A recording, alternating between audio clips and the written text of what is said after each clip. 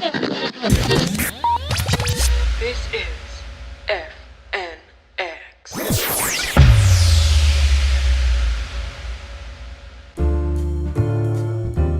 Hello everybody, welcome to the Broke Ass Podcast. I am co-founder Shithead Dave, and before we get started, I'm going to run you down a little bit of the history of this podcast. It started out as a little podcast called Two Broke Jobless Guys Who Were Frustrated with Wrestling. Very long title, and it was meant to be. And we thought, let's make a really long acronym for our podcast. It was myself and Dr. Nick, and we got 36 episodes in before we even started to branch out and do other stuff. And now we're here with the Broke Ass Podcast. The idea of this is we've gotten so vast and have so many shows, but we all surf around to other podcasts. So why not just have just one big podcast and have different co-hosts every week? You're going to hear me and Dr. Nick, of course, on Frustrated Wrestling. You're also going to hear me and Aaron Martin some weeks on the Martin and Shithead show. And also, Double A Ron, as we call him, has other shows, one with his roommate Westicles called The Fan's Perspective, where they go down everything about comic books and media revolving around comic books. And also, he co-hosts a podcast called Rocket's Hideout, where it's strictly just about Pokemon. I mean, we're 90s kids, so of course Pokemon was a big part of our life, and still is. We're just gonna branch out and do this thing, and it's gonna be great. I apologize for not having a podcast in a little bit. It's been a little hectic around the Broke Ass Podcast Studios, and if anybody doesn't know, the Broke Ass Podcast Studios is my house. The postponing is mainly due to myself and my wife. We're expecting twin girls in December, so things have been a little hectic with that. And also, we've been filming something we like to call Nerdploitation. It's a show where 4 nerds per episode get together and they debate and battle over who would win situations between various geek icons. For example, like Wicket the Ewok versus Ted, or Nick Fury versus Joker. So check that out if you guys haven't yet. We have 4 episodes, probably 5 by the time this is out. But without further ado, let's get started with the Broke Ass Podcast. Cause it's Friday, you ain't got no job, and you ain't got shit to do. I need money. Yes, it's Friday, and that can only mean one thing. Tomorrow is Saturday. Today in the studio, we have the guys from Extreme Championship Podcasting, including myself, Double A Ron, and we have Dr. Nick with us. Before we get to that, I'm going to talk to you about one of our sponsors, Vintage Villains. Say, do you guys like comic books, collectibles, video games? Are you in the Danville, Illinois area, or just anywhere and willing to travel to an amazing store? Well, then you're going to want to check out Vintage Villains. You can find them at facebook.com/vintagevillains, or you can call them at 217-213-5664. These guys run a fantastic shop. We know them personally. We've done a commercial for them in the past. Anything that you can think of is at that store. I walked in and they had 4 Castle Grayskulls in stock. That's crazy. I don't know where they get this stuff, but it's a dream come true when you walk in there. Again, we've done a lot of stuff with these guys. They're going to start doing concerts at their shop. They have this fantastic 2-warehouse type of store, where half of the warehouse is the store, is Vintage Villains, but the other half they're building into this arcade/concert hall where they're going to have, hardcore bands or stand-up comedians, and I mean, that can only build to the empire that Vintage Villains is creating here. I know I go in there for all my video game needs. I mean, they have everything going back from Atari to the PS4. So, check those guys out. Give them a like on Facebook. Again, facebook.com/vintagevillains. And we want to thank them for being close personal friends with us and a sponsor of the podcast. We also want to mention the FNX network and how happy we are to have a partnership with them and the support they're giving us and letting us come on and do our crazy show, all of our crazy shows. I know a lot of people think, these guys just throw out content all the time, and we do. On our YouTube channel, youtube.com/twobrokejoblessguys, there's tons of podcasts, tons of video shows, and it's not like we don't limit ourselves here at the Broke Ass Podcast. We don't just say we're going to do one show and that's it. No, we do many shows because, you know what, quite frankly, we can. We have a ton of talented people under us, and we're trying to build this empire here. We're small, we're a little bit sloppy at times, but that's the charm of the BAPN. We're more like your anti-podcast. We burp, we fart, we cuss on air. We are exactly what we say we are. When you listen to a wrestling podcast, you get two broke guys sitting in a room sweating, because they have to turn the air conditioner off so you don't get that buzzing. We started the Broadcast Podcast because honestly, at the time, me and Dr. Nick, we got laid off from our jobs, and we just said, all right, what do we like and what do we want to do? And we just started doing this. And when we got on the FNX network, we pitched the idea to them, and they got it. They totally got it. And we want to thank the commenters, too, because without them, it would just be two guys sitting in a room talking to each other. So we want to thank you guys, all the support. But I don't want to bore anybody else. I know they call me Shithead Dave for a reason. I have enemies. So I know a lot of people are just like, shut the fuck up already. We want to hear about ECW. So that's what we are going to do. So enjoy and support the podcast and support FNX Network and Vintage Villains. Welcome back to Extreme Championship Podcasting. Oh my God!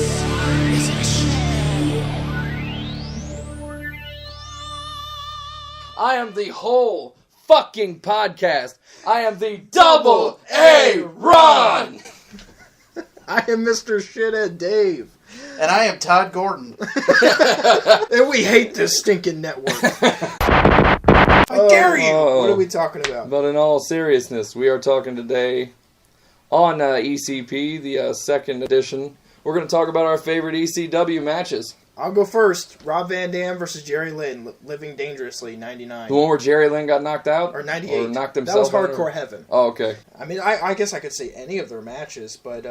But that one in particular? Living Dangerously was awesome. Why? It was just the... it was really like a Broadway type of match. You know the surfboard, right? Yeah. Where you lift him up, but Rob Van Dam, he was on his back putting Jerry Lynn in the surfboard, and he had the chair from underneath him. And Rob Van Dam threw him up in the air and moved out of the way, and Jerry Lynn came crashing back down on the chair on his head, and just shit like you would never think of in a million years in a wrestling match. Well, and it was innovative. It was interesting, too, because only Rob Van Dam could have done that kind of stuff. Oh, yeah. Because back then, not a lot of people give Rob Van Dam credit for how strong he was. He still holds that record for the split lift where he's doing the splits and lifting the big-ass fucking... Yeah, the Van Dam lift. Yeah, the Van Dam lift. He still holds that record, I believe. He was kind of like Cesaro back in the day. Oh, yeah. Small frame, a lot of strength. So only him and people like Jerry Lynn, Jerry Lynn had a really, had a really fit body, too. He was able to do things that... like Ziggler. Ziggler's one of the guys who comes to mind right now. He's kind of like Jerry Lynn. Yeah, they both have Ron Noodle hair. Yeah. Well, just think about, if you think about people who are just big as far as their body-wise, but they're athletic. Yeah, they're very Billy flexible. Gunn, when he, back in his prime was that. Like I said, Ziggler now, Jerry Lynn, people who can make other people look good because they can do things other people can't. Rollins is like that now. Seth Rollins is like that. He can do things that other people can't, so he makes them look really good. Mm-hmm. Jerry Lynn was in his 40s, too. Yeah, right. That's Jerry impressive, Lynn, too. Yeah. So Jerry Lynn and Rob Van Dam, that whole feud, they were doing things that literally no two other wrestlers in the world could have done. Well, that goes to prove right there, Rob Van Dam. I mean, hell, that just tells you right there, if you really want to be flexible, smoke some hash and stretch. I don't know if you guys agree, but the best seller ever.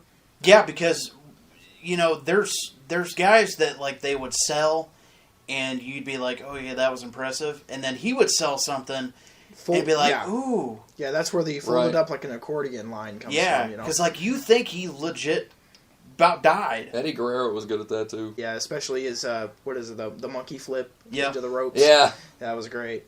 What are some of your favorite matches? I think my favorite ECW match of all time was the first championship match with Shane Douglas and Tommy Dreamer.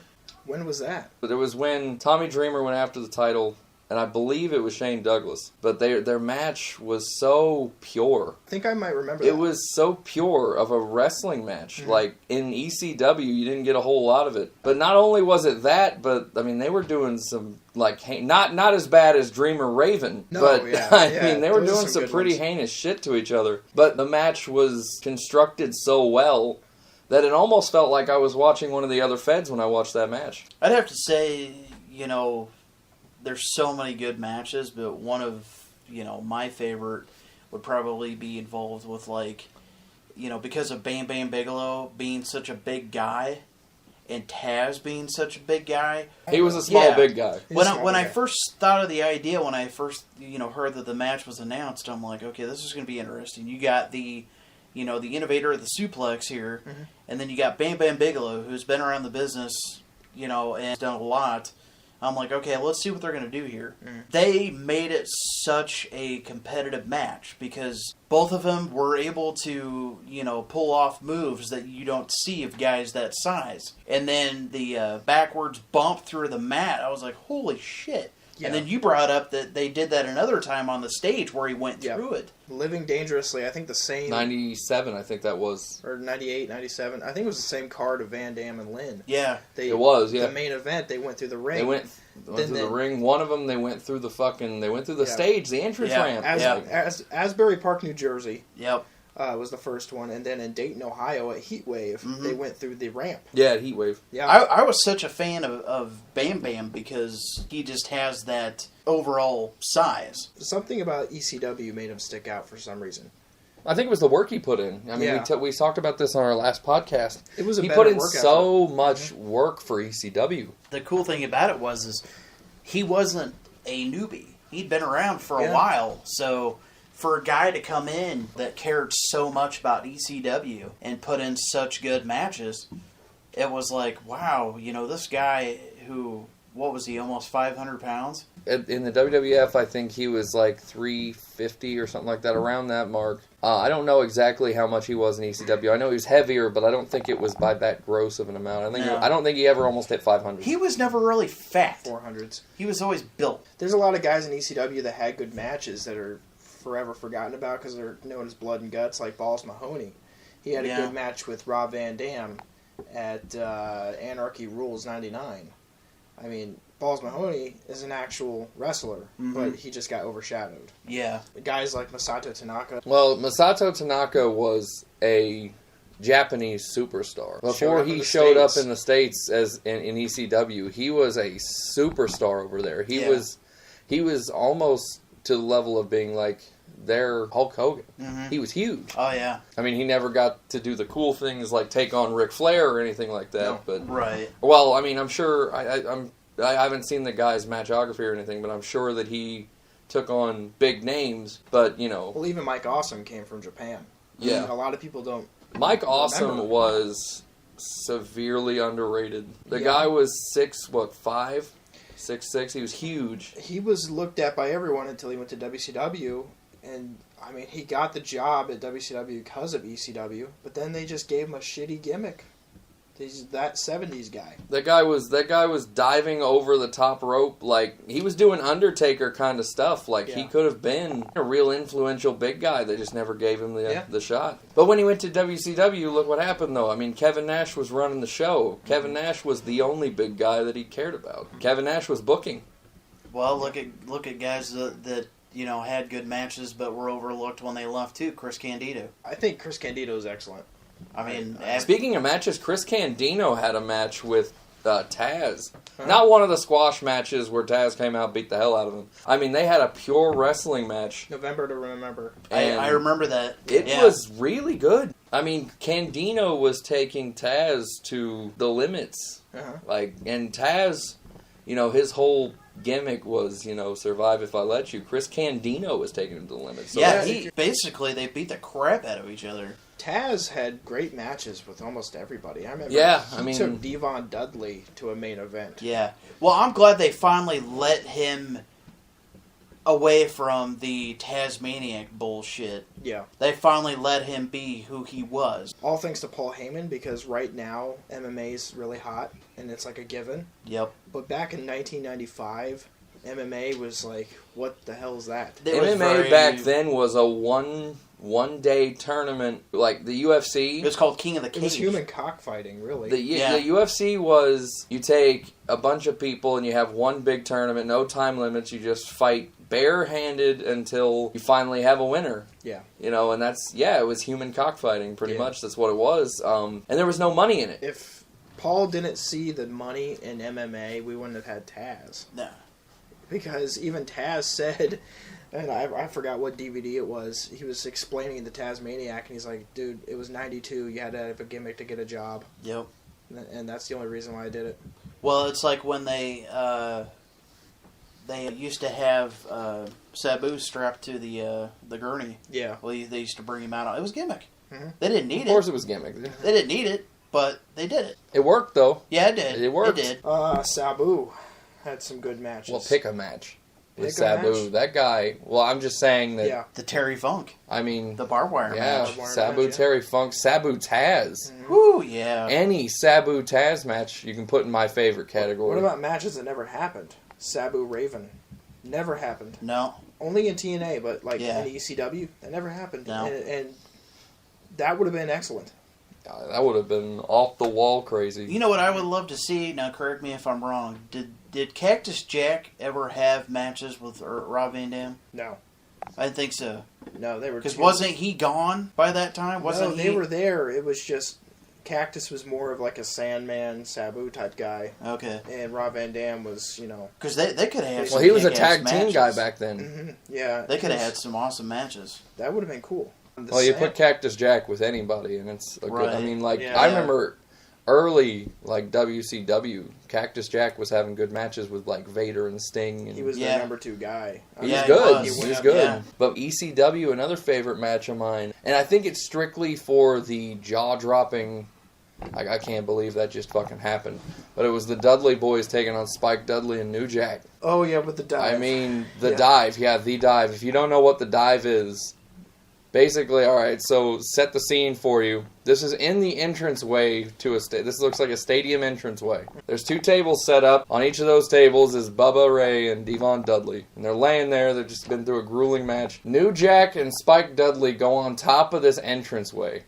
And if you don't know what I'm talking about, if you've ever been to a football stadium where the players come out of and how high up you're sitting, if you're sitting by that tunnel, that's how high up this was, so it's not a short drop. They get on top of the railing and they just jump and just smash these 2 through these tables. It was ridiculous. One of my favorite matches. It screamed hardcore.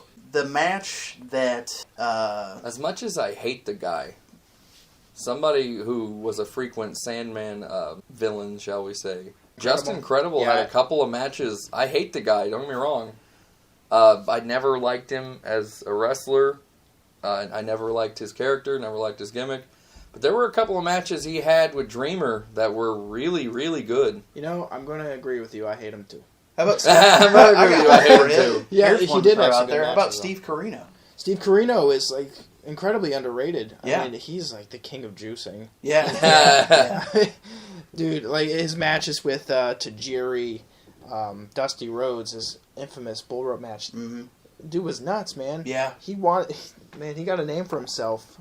Well, there's a shocker right there, actually. When you think of the blood and guts of ECW, that's not what it was based on. You know, it was about 2 guys that could go at it. So, one of my favorite matches, which, still sticks out in my mind, would be probably, any match that, Mikey Whipwreck was involved in.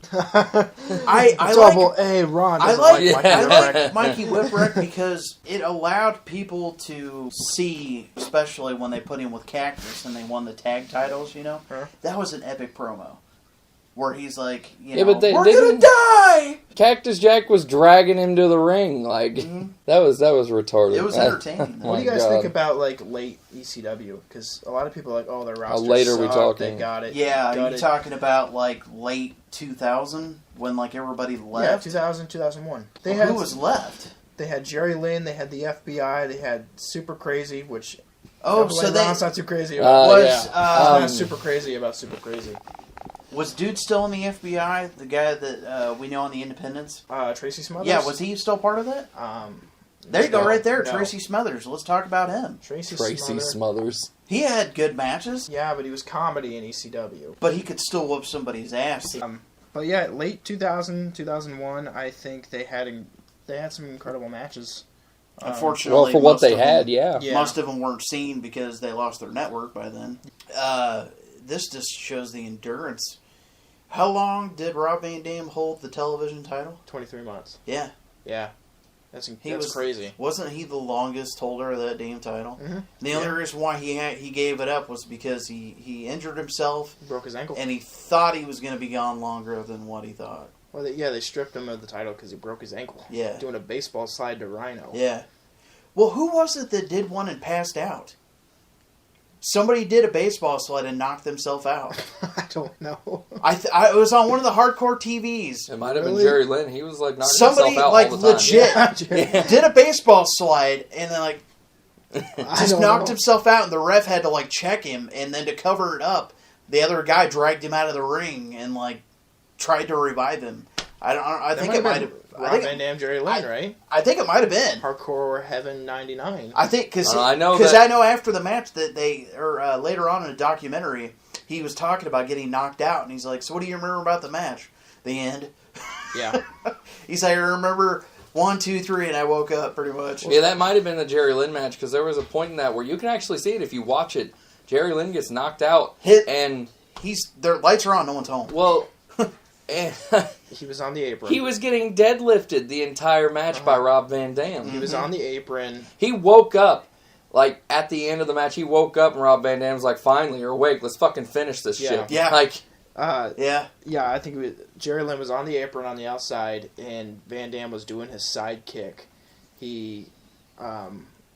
Jerry Lynn went to fall on the floor, and when he did it to put his hands up, he accidentally slipped the mats from underneath him, and he went full head onto the concrete, knocked himself out.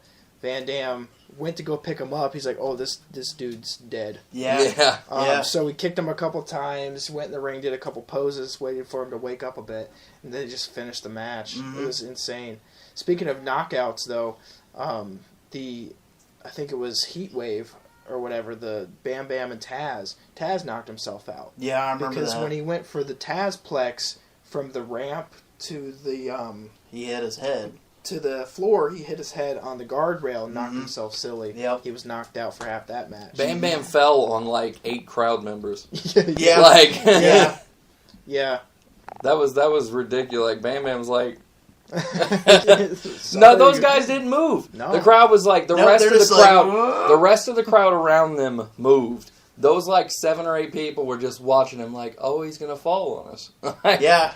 Yeah, Just let it happen. To say you were squashed by Bam Bam Bigelow, you could take that to your grave. I guess Yeah. that's not the only place you're going to take it. Yeah. Yeah. That's the only thing you and LT can have in common. That's was a gonna good wrap match. it up. Yeah, hit us up in the comments. Let us know what are some of your favorite ECW matches. Do you agree with us? Do you think some of our match choices sucked? Mm-hmm. If you think they do, we don't give a fuck because this is Extreme Championship Podcasting.